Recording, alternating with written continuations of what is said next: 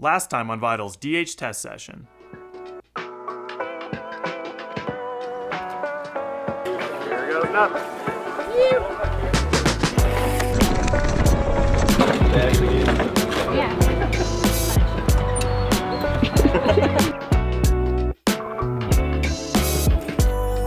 Buddy, when you ride like me, you don't need liners. What is that?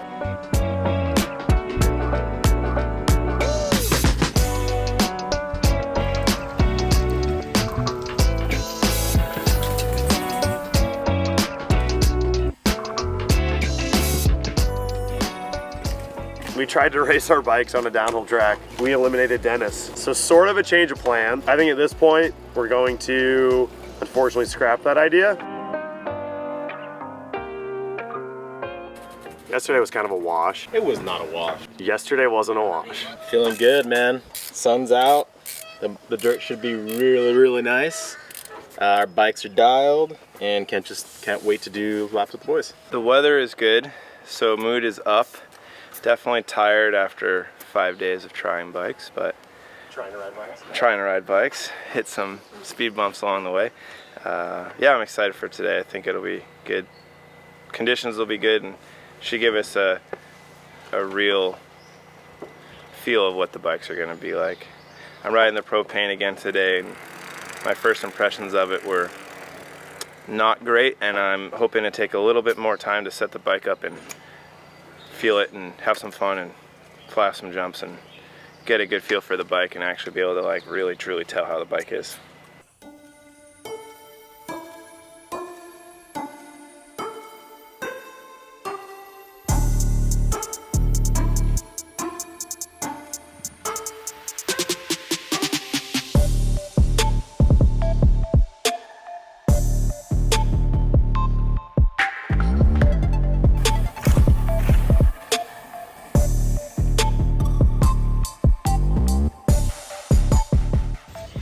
Right away, I felt the mullet on this thing.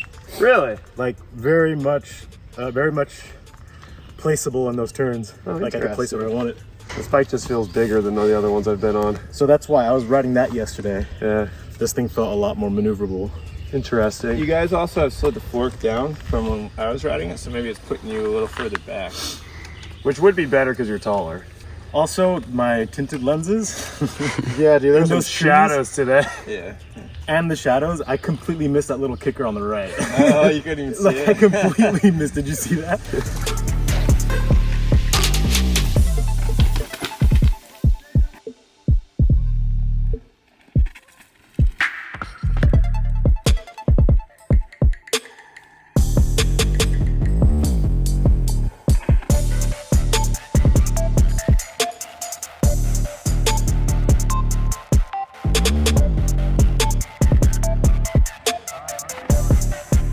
Final day. So bike felt good at the beginning, and then once we started getting down towards the bottom, I felt like it was kicking me a little bit on the back end.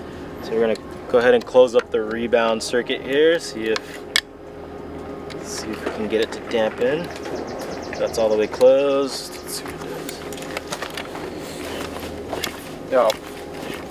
Yeah, I think we're done. We're done in the rebound department. Yeah. Yeah, She done, boys. she gone. It has looked better than that.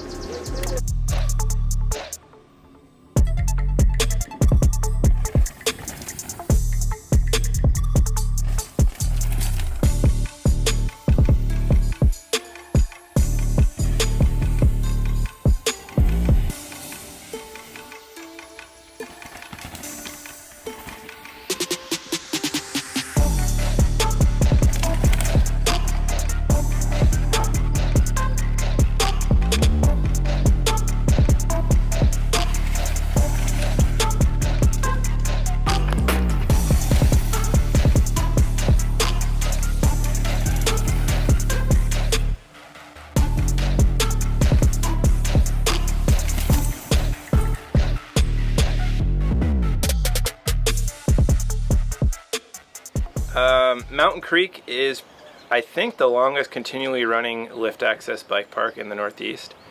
The first time I ever came here was in 2005 or 6, and it's really known for a lot of rocks in that they all are facing up at you. It's definitely rough, and when I was younger racing downhill, I had a wheel set for Mountain Creek. It was a 36 spoke set of Azonic Outlaws that was the Mountain Creek wheel set. I'd beat the heck out of them here, and yeah, it's definitely got a reputation for being rocky and rough, but it also has a really cool lift because it's quick. You can bang out, if you really wanted to, 20 laps before lunch. I definitely would say it's got the biggest following of core people behind it in the Northeast. Just today, Memorial Day, the amount of people just riding, not even racing, was unreal. Every little trail intersection, there's people on crazy old bikes to a kid on a hardtail with no front brake, and then you have the racer kids that have the brand new stuff, and it's definitely a unique environment, and I don't think there's anywhere else like it, at least in the Northeast. The first bike I tested was the Propane Rage. I was really excited to ride that one just because it's the newest one, the least amount of people have ridden it. It looks really cool. And honestly, it was the one I was most surprised with on how much I didn't really like it. The first impressions of it, kind of even just standing over it felt very awkward. The seat tube was really tall, so you couldn't really get the seat very low. It almost felt like a trail bike when you're sitting pedaling. At high speed, it was maybe not as stable as I would have liked, and definitely didn't give me confidence. However, where I really liked the bike was Breakout, which was the kind of blue jump tech flow trail. It's a really fun trail with a lot of little jumps that you can kind of mix up every lap. That bike by far for me was the most fun in that area, and actually according to Strava, I set the fastest time I ever had on that trail on the Propane. In terms of a race bike or something that I would personally buy, it wasn't confidence inspiring enough for me to want to take that next step and consider purchasing it. At really high speed, the bike seems to deflect a lot. It's very hard to hold the line with that bike.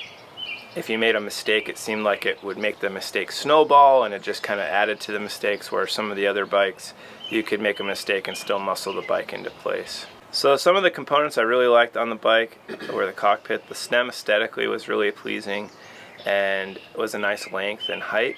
The backdraw to the stem is you need a 4, 5, and a 6 millimeter Allen wrench to really adjust or move it or remove it from your bike. The bars on that bike were probably my favorite bars. They had the most comfortable and aesthetically pleasing sweep and angle. And then the drivetrain on that bike, for whatever reasons, was definitely the crispest, smoothest shifting drivetrain. A couple backdraws where it seemed like there was bushing play in the lowers on the fork, so it would make a lot of noise and kind of clunk around, and honestly kind of freaked me out a little bit. And then the hardware on that frame would just loosen up. It seemed like we were chasing loose bolts every lap, or you just thought something was rattling loose. The bike was just very noisy. In my opinion, the bottom line on the Propane Rage is that it's probably for someone who lives at Mountain Creek or has a really fun bike park around them where they like to jump and pump and do a lot of whips and tricks. But ultimately, I think it's for the guy that just likes to send jumps and have a nice downhill bike at a bike park. I wouldn't necessarily recommend that bike for a racer. Propane Rage. That bike was very interesting. I would say that when we first saw the bikes when we arrived at Mountain Creek, probably like a lot of our other testers, I was the most excited to ride that bike. I see it at World Cups, and everybody who rides it seems to be very agile. They're picking lines maybe other people aren't, and it seems incredibly capable. After spending time on the bike, it definitely was an interesting beast to try to dissect. In more flowy bike park situations, say riding jumps, riding trails that you're hitting turns, you're pumping over rollers, you're hitting jumps, and it's maybe not terribly beat up or a ton of braking bumps. That bike was super fun. It carried speed well. It felt like it had the most supportive rear suspension platform that I could pump my weight into, and it almost felt like I was riding like a trail bike sometimes. It just really had a nice firm pushback. It felt the lightest in the group too. It had no problem throwing whips off jumps, kind of, pushing my abilities in that sense on flow trails. Once those same flow trails maybe got a little bit more ridden in trails we were on, and there's more braking bumps and stuff, that bike had a lot more feedback than all the other bikes in our test. And a lot of that feedback, I think, to me, it felt like it was coming from the frame itself. It felt like in, say, if I was going really hot into a bike park corner that was pretty worn out and a lot of braking bumps, I would feel a lot of that chatter coming through to my arms and into my body. And it wasn't that the suspension wasn't working. My tires were tracking the ground fine, but I could just feel the impacts that I was hitting. It created a very unpredictable feeling. In maybe more technical rock gardens and whatnot, the bike carried really good speed. I found the rear suspension didn't get hung up very much. It wanted to continue moving forward. At the same time, that kind of stiffer, deflecting feel would come in, and if I wasn't right on the line I wanted to ride, and I started kind of letting the bike run away from me, it would just kind of compound on itself. I had to really either go into trails knowing exactly where I wanted to go, or back off just a hair to kind of keep the reins on the bike and not let it start riding me. So out of the group, the Propane definitely was yelling the most down the trail out of all the bikes. I'm not really sure if that has to do with the cables rattling inside the frame, or if it's just maybe the nature of the carbon construction. It kind of has more of a hollow sound to it, kind of like an echoey noise. Components wise, the Propane had one of the nicer builds. I'm always been a huge fan of Code RSC brakes, and compared to the Code Rs that were on, say, the Mondracker, it was definitely quite a step, just a step up. So tire spec on the Propane was Schwalbe's Magic Mary tire in their softest casing, and I've spent a ton of time on that tire. It's what I would always choose to race with in the past, so I was very familiar with it. I thought it performed great on the mixed conditions that we had while we were here at Mountain Creek. The only downside of that is just comparing our 4 test bikes after 4 days of riding, and the Magic Marys are significantly more worn than the other tires we've been riding. So what's the bottom line on Propane Rage DH bike? I would say that's a great option for somebody who just wants to go ride bike parks, more or less. Somebody who wants a bike that is very lively, has a very snappy demeanor. It's going to pop off of lips great. It's going to be a ton of fun to inside corners, pump rollers, find little trail side doubles on. I don't think it would be my first choice to go racing on if I know I'm going to be racing on terrain that's super rough, but I think it's something that for somebody who wants to ride bike parks and get kind of at this point in the US, kind of more of a niche brand, as well as a high-end bike, that would be a great option for them. All right, Propane Rage. Like most of the testers, I was super excited to ride that bike. Looking at the numbers before the test, I did think that it was going to be slightly small for my stature, but honestly, I had a great time on it. The bike, in my opinion, the rear suspension was phenomenal. I thought it tracked really well in the rocks. And my experience was I was able to place that bike where I wanted it. It had the new RockShox Super Deluxe rear shock, which I thought performed phenomenal. And of course the fork was a Boxer Ultimate, so they can't really get more high end than that. I think the Propane, and this is my very strong opinion, if the Propane didn't have that fork issue, I think we would have all liked it a lot more. I'm a really firm believer in the front suspension and the rear suspension working together to produce a good ride quality. And I mean, it may have been a little bit in my head, but there was definitely a lot of bushing play in that fork, so I think that really didn't help. So the Propane Rage, I think, is definitely geared for someone that wants to ride the bike park. It's a very stiff frame. It's very playful. It's very flickable. It has multiple chainstay settings so that you can set it up for what you want. But I'd say it's geared toward the bike park rider that wants to do an occasional downhill race here and there. The next bike I rode was a Nuke-Proof Descent.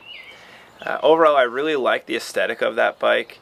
It has nice lines. It kind of reminds me of an old school race bike, and it just looks like it's going fast standing still. My first impressions on the bike were that's my most favorite bike to hit corners with. It was the only bike that I really felt confident where I could push the bottom bracket really hard. So overall, the suspension is a touchy subject for me, I guess. I've been on Fox for so long, so I was excited to try the new Boxer.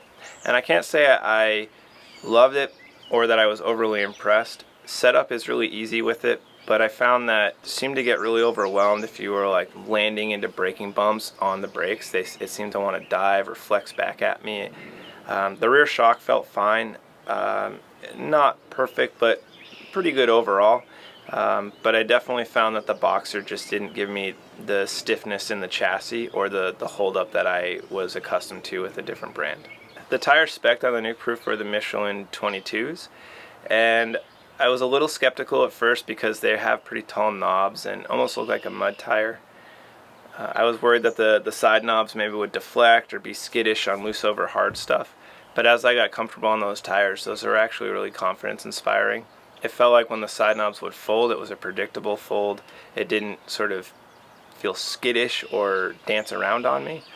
The one backdraw to those tires, I found that they rolled really slow. Pretty consistently on the bike park runs, the Nuke-Proof would definitely be slower on the straightaways if you're trying to pump jump runs and things like that. But for me, I was able to make up any gap that the boys pulled on me in the corners just because I felt so confident cornering it. The bottom line on the Nuke-Proof is that I would say it's probably for a racer. It definitely is targeting racing. It's a long bike, it's a stable bike, and with a little bit more tuning, I think it would be a really fast bike. So bottom line is, if you're a racer, you don't want to go carbon, that would be the bike I'd recommend.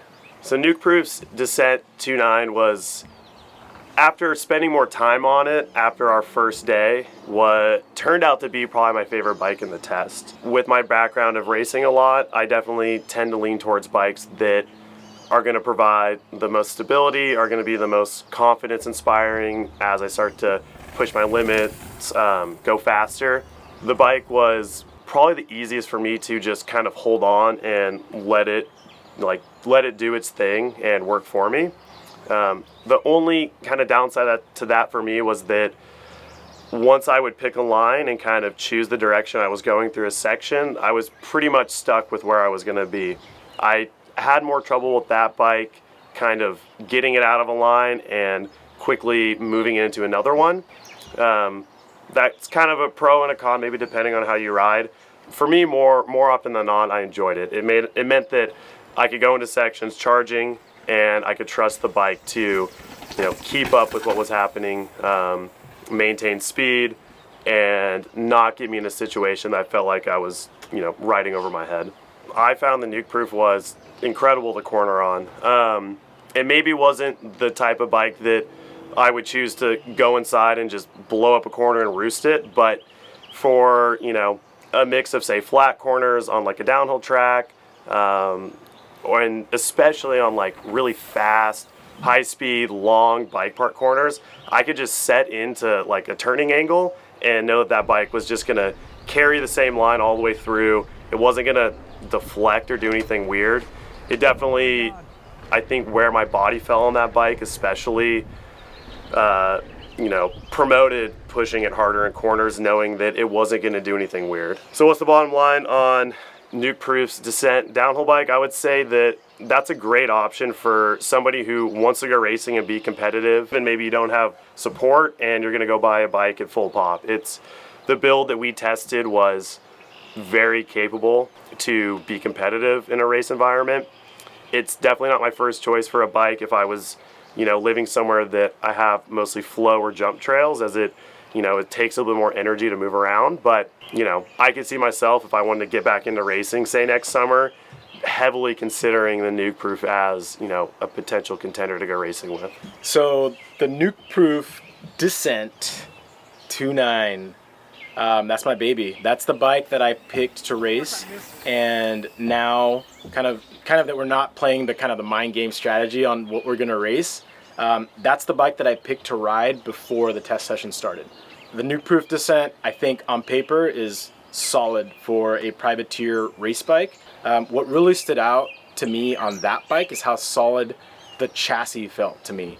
So I would pick that bike up and kind of place it sideways or whatever, and it would, for the most part, just solidly plant itself on the ground. And that's a really good quality because that shows the lateral stiffness and the tightness and tolerances on the pivots, which is really important when you're trying to ride a bike fast. One thing that stood out on the Nuke-Proof that we were all puzzled by is the brakes. So they spec'd a code R brake, which for some reason doesn't make sense with the XO drivetrain, but that was the standout, lowest performing piece of that bike. Also, I had a moment on the race course and I kind of tackled the rear wheel. So, you know, that happens a lot, as I hear here in Mountain Creek. The rocks are really sharp, so we can't really fault that wheel too much, but it did fail on us, so it's worth mentioning. So the Nuke-Proof, really, if I was to summarize it, it would be confidence inspiring. I felt super confident on that bike, diving into the tree sections off of the ski run, into the rocks, into the roots. It held the line really well. Long, fast, sweeping bike park turns, I can pretty much just spot my line and it would go there and stick to that line without feeling like it wanted to deflect or if it was going to take me somewhere else. Very predictable, very confidence inspiring, especially at speed. After the first day of riding the Nuke-Proof, I shortened up the chainstays. I actually put it in the short position. That really brought the bike alive. I think with the short chainstays, it made me realize that I can place that bike where I wanted it a little bit easier. And then just kind of with, you know, the rigidity of the frame, how solid it felt, how confidence inspiring the geometry was in general, that made for the perfect combination for me for this test session. Bottom line on the Nuke-Proof Descent 29, it's a true to the name privateer race bike. It's good for anyone from beginner to Cat 1 or domestic pro. The bike is also really good on bike park type features. Berms, wall rides, braking bumps, jumps, you name it. It still handled them just as good as any other bike. But just, you know, with that racing pedigree behind it. When I look at the Canfield, it kind of reminds me of like a medieval torture device. It definitely, the aesthetic of it is not sleek and smooth. It seems raw and unrefined. What stood out the most to me is how much attention that bike got cruising around Mountain Creek. People love those bikes. It got a lot of questions. Definitely was a conversation starter in the lift line. On the trail, it actually surprised me how playful the bike was. It definitely comes off as sort of a heavy, just smash into rock bike, but it actually jumped pretty well. The rearward axle path seemed to make the bike not pump as well as the other bikes. I had to really labor on the bike park trails to get the bike to keep up, but once it got momentum, it seemed to roll really well. I was super impressed with the TRP brakes. I'm a Shimano brake guy, and they were the closest in feel. I found that they were comfortable to pull. I like to run my reach in pretty tight because I have small hands, and it didn't give me any weird throw. I'd say the bottom line with that bike is that bike's for someone who likes to smash rocks. It's really comfortable in the rocks, just kind of drop the heels, stay off the brakes and go. But it actually jumped well enough where you could definitely enjoy bike park runs. In my mind, that's an old school East Coast bike, and I kind of feel like it belongs at Mountain Creek. But overall, I would say it's the amateur racer to the guy that just likes to smash rocks on the weekend. That would be who I'd recommend that bike for. So the Canfield Jedi 29 was the bike that on Friday when we were still planning to race, I originally chose to be my race bike for the weekend. And a lot of that was based on just when I first sat on the bike and kind of how my personal body geometry fell on the bike. It was super comfortable. Probably one of my favorite descending characteristics of the Jedi was going into one of the numerous rock gardens that are here at Mountain Creek, and that bike I had the easiest time personally being able to pick a line and be able to kind of like preload the suspension and pop through rough terrain. Some of the other bikes were a bit more kind of pick your line and then just hold on, and you know, they would fare well, but you were kind of along for the ride in the lines you were choosing. The Jedi kind of had a little bit more lively demeanor, but still matched with being able to, you know, plow and maintain speed. I've personally never ridden a Dorado fork or an EXT rear suspension, and the performance of them was good, but I would also need more time to further my setup, become more familiar with both components, and I think that probably would be a similar situation for a lot of consumers that would get the bike. It just takes a lot more kind of knowledge of the suspension to understand when you're feeling a certain sensation and how to adjust correctly for what you're going for. I've never ridden a Dorado, but I've always been kind of led to believe that they have more flex due to the upside down construction, and I was honestly super impressed. I never felt any sort of negative deflection, any sort of flex in a hard compression or rough sections. Both the fork and the shock to me felt like they had great support. Probably, I think mostly about the Dorado itself. It was nice and supple off the top. A nice smooth feel. It really mitigated feedback through my hands, and then on harsher compressions it had good support. I never noticed any like harsh bottom outs or anything like that. When I was riding more like flowy bike park trails on the Jedi, I didn't have any problem like maintaining speed or generating speed out of trail features. Even though the bike grows as you compress through the travel, I enjoyed being able to like pump over rollers and pump corners and feel the bike kind of press nicely back at me, help me kind of carry speed and generate speed. I would say that's a great bike for a pretty large group of people that want to pick up a new downhill bike. It is very capable in rough terrain. In a race setting, I think it would fare super well. I think if you're somebody who lives near a bike park and you just want to be banging out a bunch of laps all summer long, that bike is going to be super fun on flowy stuff. And it really just wants to be ridden hard. I would say out of all the bikes we rode, it seemed the most bulletproof. It didn't rattle loose. It just kind of kept charging on. So I think for buying a bike that has a lot of heritage, it has a very kind of hardcore downhill look.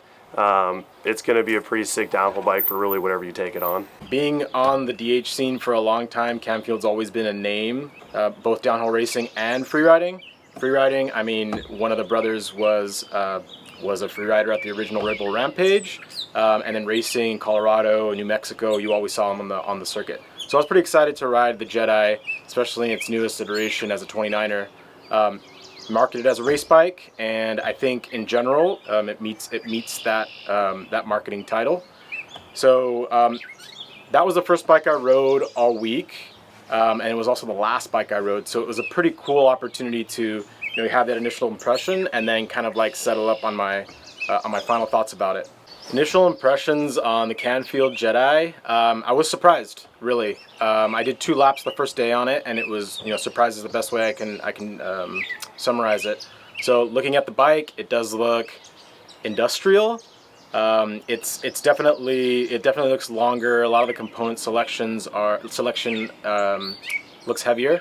But riding it on trail, especially with some of the the blue kind of intermediate trails that we started on, it was more maneuverable, more poppy than I thought it would be, and I think that's due to the short chain stays that it actually has on paper. It is a rearward axle path, so it grows, but that only made it more stable on high speeds. Although the Canfield Jedi was maneuverable and more, I guess, poppy than you would think just by looking at it, its strength is definitely mashing, bashing, whatever you want to call it, plowing rocks. Very, very stable. It can hold a line in a rock garden, I think, better than all the other bikes that we tested. A lot of our testers talked about the initial impressions on the Dorado, and maybe it got a bad rap for the previous iterations as being flexy, but I didn't feel any of that. Definitely not lateral. Maybe a little bit when you were landing off of a big jump or kind of twisting it in rock gardens. There was a little bit of torsional flex, but not too much.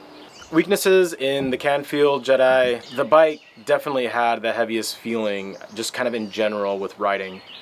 Even though that might be considered a good thing, bashing rocks, I think generally in modern downhill bikes we want something that's a good compromise between just straight smashing rocks and being able to pick up and place the bike where you want it and when you want it. And having the opportunity to ride it at the beginning and the end of the test session, by today, which is the last day when I was very worn out from 4 straight days of downhill riding, that proved to be a big downside to that bike because I was very tired and I could not get that bike to do what I wanted it to do like I did at the beginning of the test session. So the component specs on the Canfield, I think overall, a solid component set. A lot of our testers mentioned that they're not like the typical component spec for a downhill bike or for a modern downhill bike. What stood out to me was that after 4 days of hard riding by different types of riders, the wheels were in really good shape. The E13 LG1s held up admirably. Really, we didn't have to adjust the spoke tension or anything. The TRP brakes for me were great. I like Willem am a Shimano guy, so they had really close to Shimano feeling. You know, they don't have servo wave brake levers, but they had that same like very strong, very confident lever throw, and I felt like they were positioned really well. Unfortunately, the drivetrain was one thing that we noticed right away that was subpar, like compared to the other bikes. The other bikes had a pretty good mix of either XO or GX SRAM shifters and derailleurs. The TRP shifter and derailleur were just honestly like much below that level. We had a lot of issues with the cable slippage. The shifter was very hard to push through the forward paddle and the rear paddle. So overall, that diminished the experience on that bike. So the bottom line with a Canfield Jedi 29, it is a race bike. I agree with that description of that bike. It is a bomb-proof race bike that you can pretty much, purchase, get a solid component spec on it, and you won't have to worry really too much about it for a full season, I would say. It holds its line in rock gardens, and it's lively enough and maneuverable enough to be able to still have fun in the bike parks with. The Mondracker Summum was easily my favorite bike, which was surprising because it was probably aesthetically the least pleasing to me. And the parking lot test with the forward geometry just felt so strange. A really short stem right on top of the fork. But when I got on the trails with that bike, it just felt awesome. The suspension was very lively, felt very active. To me, the bike felt very playful. I could kind of put it where I wanted, but if I just wanted to just smash rocks, it felt fine. If we had raced, it was the bike I was going to race, and I still think I would have chosen that bike to race. The biggest thing that I would take away from that bike is it was really predictable for me. It never gave me weird feedback or kind of bounced me in a weird way or did anything I wouldn't expect it to do. Anytime I would push into a rock to jump something, it would push back and give me something to push off of. When I would scrub a lip a certain way, it never kind of shot out from under me in a weird way. When I was riding the Mondracker, I felt like I could really push the bike. I never felt like I was getting to the limit of what I thought the bike could handle. I almost felt like if I kept riding it, I would have found more and more speed and confidence. So one of the back draws I found with that bike was the stem. Even though the stem is set up to have the forward geometry and that's Mondracker's entire model, I didn't like that you had to pull the entire handlebar off to pull the stem off the crown. Also too, you kind of ran out of adjustment space if you wanted to slide your fork up or down because it didn't take a lot of travel of the stanchion going up to actually hit the handlebars. And adding or subtracting air to your fork was really pretty much impossible unless you slid the stanchion all the way down. So that was really annoying and a bit inconvenient while we were jumping between bikes. Bottom line with the Mondracker is I would buy that bike. I really like that bike, and with a few upgrades it would be something I would have a lot of fun riding and I felt very comfortable on. I think that bike is definitely targeting the racer, but for me personally it was so playful and fun on the jump trails. I don't know if I would say it was specifically for the racer, even though that's definitely who it's targeting. The Mondracker Summum is our lone mixed wheel bike. It's a mullet setup. That is, in my opinion, it's a race bike. Just having a lot of experience on downhill race bikes, that thing is out of the box what, in my opinion, a privateer would want. It's light. With the mullet setup that's super hot right now, it's maneuverable. It did have the longest wheelbase based on the other test bikes settings in terms of like wheelbase and all that, but to me it didn't feel that way. And I think because of the mullet setup, I thought it was a lot more lively than what the numbers showed. With the Mondracker, unfortunately, the rear shock failed, and the reason why I was able to figure that out, the rear end started kind of coming up on me and feeling unstable in the rocks. And I stopped, I grabbed an Allen wrench, I closed the rebound circuit all the way, and the fork was also, the shock was all spring. So that was a failure on the Fox Performance Series rear shock. Other than that, the rear wheel, which is surprising because it's the mullet rear wheel, just the spokes were annihilated by the third day, so we had to fully retension that wheel. Other than that, another standout, I guess, component that was spec'd on that bike, the Michelin DH34s. Unlike the DH22s, they were faster rolling, but they were more, I'd say, geared towards enduro riding. Whereas someone that would buy that bike stock, that would be one of the first things that I would change out. Now, after probably like our first day and even just the first lap, that was one of the bikes that surprised me the most. The first half of the lap took a little bit of getting used to just kind of where I sat on the bike due to being set a little bit back, even more so than I usually would. But, once we got into trails that I was familiar with and, we're in a train and you're just focusing on riding and having fun, I completely forgot about kind of the, different setup I maybe would lean towards. I had no issues with front wheel traction or the front wheel getting away from me. It felt super natural how I sat on the bike. I didn't really notice it having a 27.5 rear wheel. The only thing I really noticed personally was that it felt like I was just standing a little bit lower in the bike, but that translated into kind of that nice sat in the bike feel that, promotes a lot of confidence and like that hard charging mentality when you get in either going fast or in rougher sections. So the Mondracker felt pretty long to me, and I enjoyed that, at speed and riding kind of higher speed, flowy bike park trails. When we got into kind of some lower angle rock gardens and, sections of trail where going fast required really maintaining momentum that you entered with, I didn't have the easiest time pumping that bike, kind of keep my speed going. I found that the rear end seemed to just hang up just a little bit, and when I would start to kind of push my way through the suspension, the Fox Performance series of fork and shock we were running, it just seemed to get overwhelmed at a certain point and seemed to lack the mid-stroke support and compression damping that you would probably find on like factory level Fox stuff. It doesn't mean that it didn't perform well, it just means that there was a certain point when I was pushing that bike that I noticed I was starting to kind of override the suspension. So what's the bottom line with Mondracker Summum downhill bike? I would say that's a great option for, same as the Nuke-Proof people that want to get a downhill bike to go racing. It definitely has, it's bred to go racing. Everything about the bike, is kind of promoting that stable, planted demeanor. It excels best when it seems to be going fast. It definitely is great in a straight line. It wouldn't be my first choice as some of the other bikes to, go ride bike park trails and kind of hit jumps, but it still fares well in those situations. I think that it leans more towards downhill racing, but if you want to get a downhill bike to kind of do a little bit of everything, you're not going to be super disappointed with it.